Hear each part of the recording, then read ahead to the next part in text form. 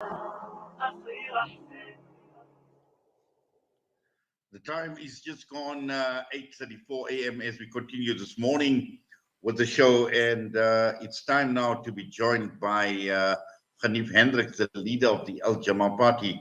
Now, this comes against a story that we had covered last week, and the EFRI Forum and also the DA calling for a degree of autonomy for the Western Cape and also the ability to hold referendums on issues that impact on the province.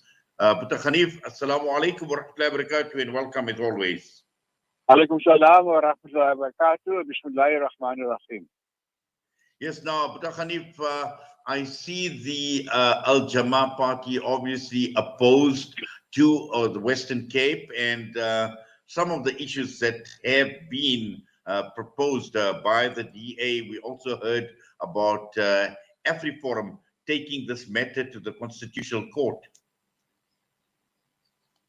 Yes, we have issued a press release, and we'd like to thank Salam Media for responding very quickly after we released a press release on this matter. And the press release says that Al Jama rejects the reinvention of apartheid in the Western Cape and obviously in the city of Cape Town. The party views with concern the growing calls by political parties, and like we said, the official opposition Democratic Alliance, although the Premier has distanced himself from it, that there should be a referendum for the Western Cape, including the city of Cape Town, to become a breakaway from South Africa and become an independent country. So we are coming out firing to oppose what is a blatant and defiant return to apartheid. And I'm very disappointed that we're not hearing from the ANC condemning this strongly. And I can understand that because at the CODESA negotiations, the African National Congress, in order to get that agreement signed, had to give in to the demands of the whites that the Western Cape will have an opportunity to hold such a referendum. And then in KZN, that concession was also given to the Honorable Buthelezi, that if they want to, they can have a referendum. The other 7 provinces are not included. So that is the biggest sellout. You don't sell your country like that and just for the sake of a negotiated settlement, carve off 2 very important provinces. So we are very disappointed that it was in the Constitution. It's only come to light now.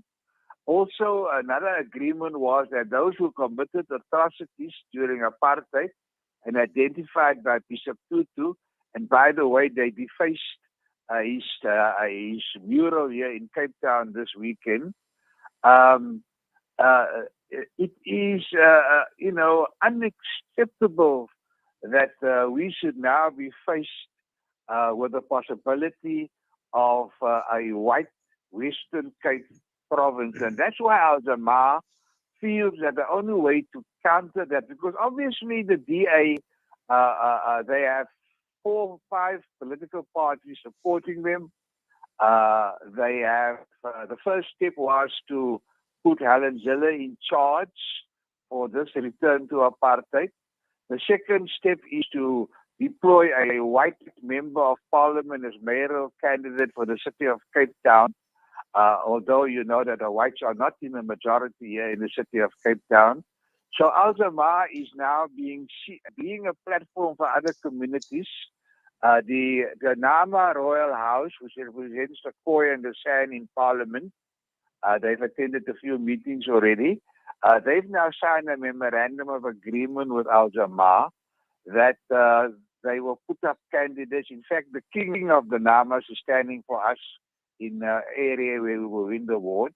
And the whole idea is that we want to ensure service delivery so that the so-called coloreds and Indians and Africans don't support the DA when they call the referendum, because we will show them, that we can govern that there can be service delivery. At the moment, there is very good service delivery by the DA, but only for the whites. But now they want their own province because they claim that the taxes collected in the Western Cape, nearly two-thirds is not returned and kept by the fiscus for the general benefit of the country, to defend itself, to put in infrastructure, to fund provinces, to fund municipalities. So that's where we stand, and our Jama-ah, this is not what we fought for, that the Western Cape should be a white, independent country, and we will be people other than white, which is largely our Jama-ah's constituency, that we will now be treated like slaves. We've had enough of being treated like slaves for 300 years. And our Jama-ah is coming out blazing guns. Can I just stop you there for a minute, please? Obviously, we covered the story last week, and we spoke to every forum about the thinking behind this autonomy. Now, obviously, you put it that they're looking at a different country and returning back to apartheid. But my understanding from what every forum has told us, and this is what they believe, is they looking at the province being given more powers to be calling on referendums when it comes to issues that impact on the province. And you rightly pointed out, you're talking about the tax regime, we're talking about tax federalism and the like as well. So these are issues that they are of concern to them. But I'm not too sure at this point in time as to what the basis would be for your argument with regard to the Western Cape becoming a country on its own in South Africa. Well, look, the Constitution provides that if the premier of those two provinces only, if they call for a referendum, and the referendum says, yes, we want to break away from South Africa, then Parliament must cooperate with the secession. And so they started in the last elections, the Cape Party, they put up every poll in South Africa, and especially in the Western Cape, had a poster calling for what they now call Cape Exit, referring to Brexit, where Britain exited the European Union. So the posters are already up. They're calling it Cape Exit. And this is clandestinely supported by the DA and AfriForum, who supports the DA and funds the DA and gives candidates for the DA. And the sweetener at the moment is the Premier, who has the mandate to call for the referendum, saying he won't. But that is a blatant lie. If the whites want a referendum and they are his voters, you will just have to call for a referendum. So their argument is, let's call for a referendum and find out, whether people want to be an independent country, and that will put pressure on Parliament. So it was by the African National Congress to have provided that institution. It was set by His Excellency President Ramaphosa, who was in charge of all these arrangements. And now when he is president, the chickens have come home to roost at the expense of the people in the Western Cape, especially the Muslims, other than white. They have put a tremendous burden on us in Western Cape, and that's why our Jama-ah is calling on all the voters in the Western Cape not to vote for the Cape Party, not to vote for the DA, because a vote for them is a vote for white independence. But Ganief, I'm going to put you on hold. We're going to go for a quick break. When we come back, there's just one or two other issues I'd like to raise on this particular aspect. Shukran.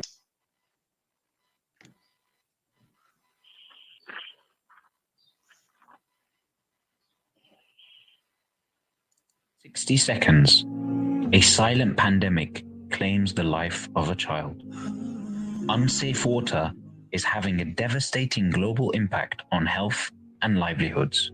Islamic Relief is at the forefront, providing clean and safe water to vulnerable communities around the world. Our tailored approach to sustainable water solutions enable families not just to survive, but to thrive, ensuring they stay healthy and safe. Give water, give life with Islamic Relief.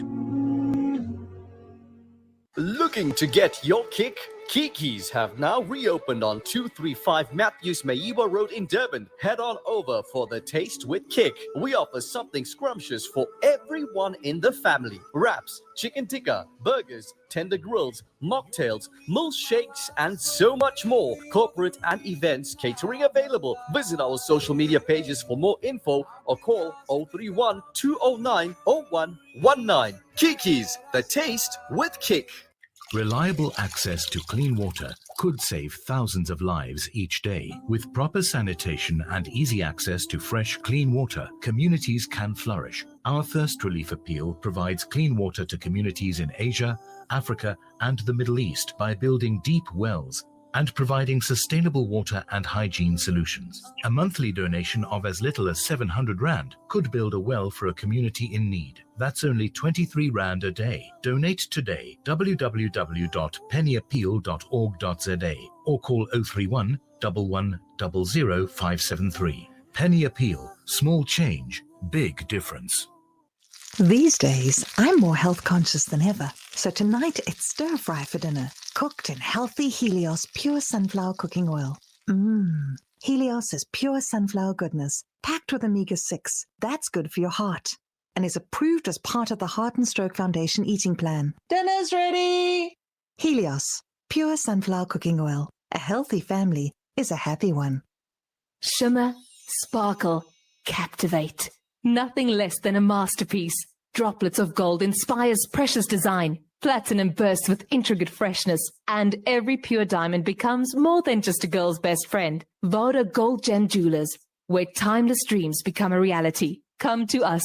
We tailor-make designer gold, platinum, and diamond jewelry. Trade in or remodel your old gold. Clad yourself with classy name-branded watches. We offer insurance valuation and freezer card calculation. Visit us at 534 Ridge Road, Overport, or call 031 208 9142. Voda Gold Gem Jewelers, manufacturers of fine gold and diamond jewelry.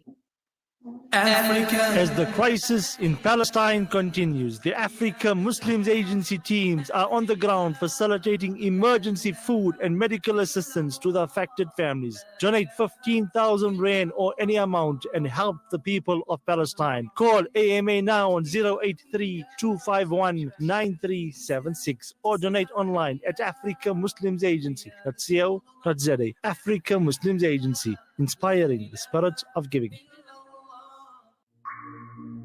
With up to 97% of Gaza's water supply unfit for human consumption, desalinated water is the only hope to avoid catastrophe. The Al-Imdad Foundation has been operating desalination plants and delivering safe water in the Gaza Strip since 2014. Help us continue providing clean, safe drinking water in Gaza by donating your lila or sadaqah today.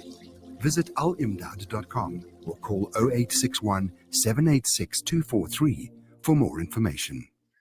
Listen to something fresh. Listen to Salam Media. The time is just gone 12 minutes to 9 a.m. on News and Views this morning.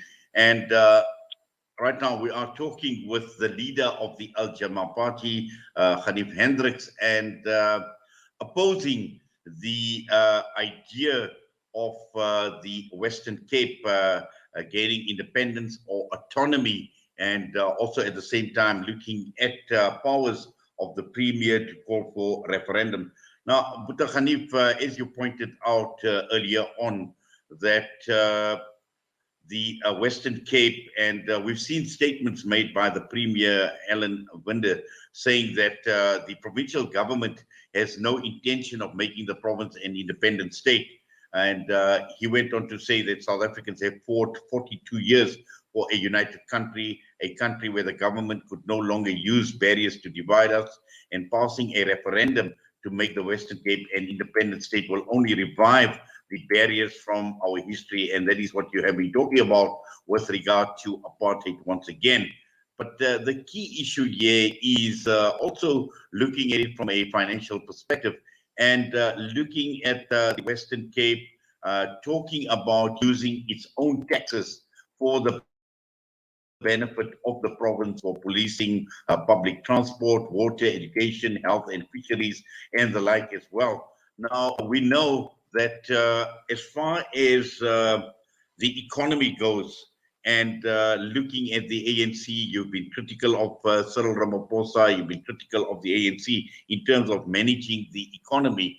Now, what the Western Cape is also saying is not all the money, there would be a small percentage that the government could use for national purposes like the Defence Force and other interests. Just your thoughts, because you know, at the end of the day, a province is responsible and accountable to the people they serve in the province for their well-being and to make sure that the province's needs are met financially.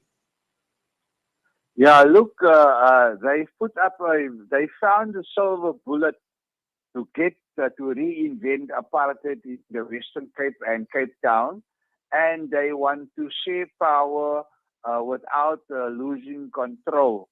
And this anomaly that the Western Cape gets less money than other provinces has been there in the days when the National Party ruled as well. And the National Party, when they were defeated and handed the power over to the Liberation Movement, what we inherited from them is the fact that many provinces can put up the argument that their taxes are not used for the benefit of the province. I mean, the city of Johannesburg, for example, their taxes must be triple that of what is collected here. And I'm sure that the city of Johannesburg all those taxes are not just spent in the province. So every province can make that demand. And so there's a kitty that goes to the fiscus to look after South Africa as a nation. And every province has to make sacrifices. So why must the Western Cape be treated differently to the other provinces who are in the same boat, that all the money, all the taxes are not spent in the province? And so in the case of the Western Cape, it is a smoke screen, and they actually want to reinvent apartheid, and the conglomerates are also now backing the DA and the Cape Party and 2 or 3 other parties who want to break away from South Africa and want to have a white country, a European country in Africa, the first European country in the African continent. I just wonder whether they will be part of the United States of Africa or be allowed to join the African Union. But that argument is flawed, and Al-Jama-ah is the answer as far as the state is concerned. We're going to consult the ulama and call for a jihad against the DA. We won't use our swords, we will use our vote to take more seats away from the DA. Like we took away Indonesia, we are set to take away many more seats from the DA. And we're telling the ANC, yes, we'll work with you, but you vote for us when it comes to in the chambers, voting for a mayor, voting for a speaker. No longer will Al-Jama-ah vote for the ANC. We will tell the ANC, now you have messed up the country. We are an alternative party. We worked with you. You know what our capabilities are. So you must now vote for Al-Jama-ah and put Al-Jama-ah in power. because Muslims have been placed on this earth to govern. That is the amanah that we accepted from Allah, and this is the first steps that we are taking now to govern. We are not there to put other parties in government. As far as the Western Cape is concerned, like I said, that there are some sane people in the DA, 1 or 2 or 3, like the Premier, who's come out in opposition to Alan Ziller, in opposition to the Member of Parliament that has been deployed to be a white mayor in Cape Town. We've got 6 white mayoral candidates in Cape Town. So if the one doesn't win, the other one, and then obviously they're splitting the vote to make sure that there is white rule in the Western Cape. I cannot accept that. That's not what we died for in the trenches, and we ducked bullets, and we lost lives as part of the wider liberation movement. We have given the ANC the opportunity to lead the liberation movement. As a master answer, we will now lead the liberation movement, especially in the Western Cape. But Ganief, I've got a message that's come up on the screen, and it says, Assalamu alaikum, my name is Ridwan Nichols. I want to ask Mr. Hendricks when he is coming to Delft again. Yeah, look, we have 4 candidates in Delft. They have been very active. They even had a rapid show, you know, that show with the swords. Yes. You know, that is typical of the Malays. Rakib. And we just demonstrated our sword power. We won't use guns and bullets. We'll use the swords in Delft to bring down crime. And inshallah, we are establishing a parliamentary constituency office in Jama-ah, which is very close to Delft. Delft is one of the most integrated regions in the country. You have a Xhosa living next to a Zulu, living next to a colored, living next to a white, and there's no spatial planning. And Delft has to be turned into a smart city. It's got all the resources, agricultural. It's got very skilled people, but crime is rife there. Patricia de Lille built a Blikkiesdorp there and dumped people in tin sacks, and it's already 25 years, and she promised it will only move for 2-3 years because they needed their land for the airport and for the flights going over that part of Delft. So there's a lot of work for us to do in Delft. We've got some very good candidates. And inshallah, we are going to have a very big rally in Delft, but because of COVID, it can only be restricted to about 500 now.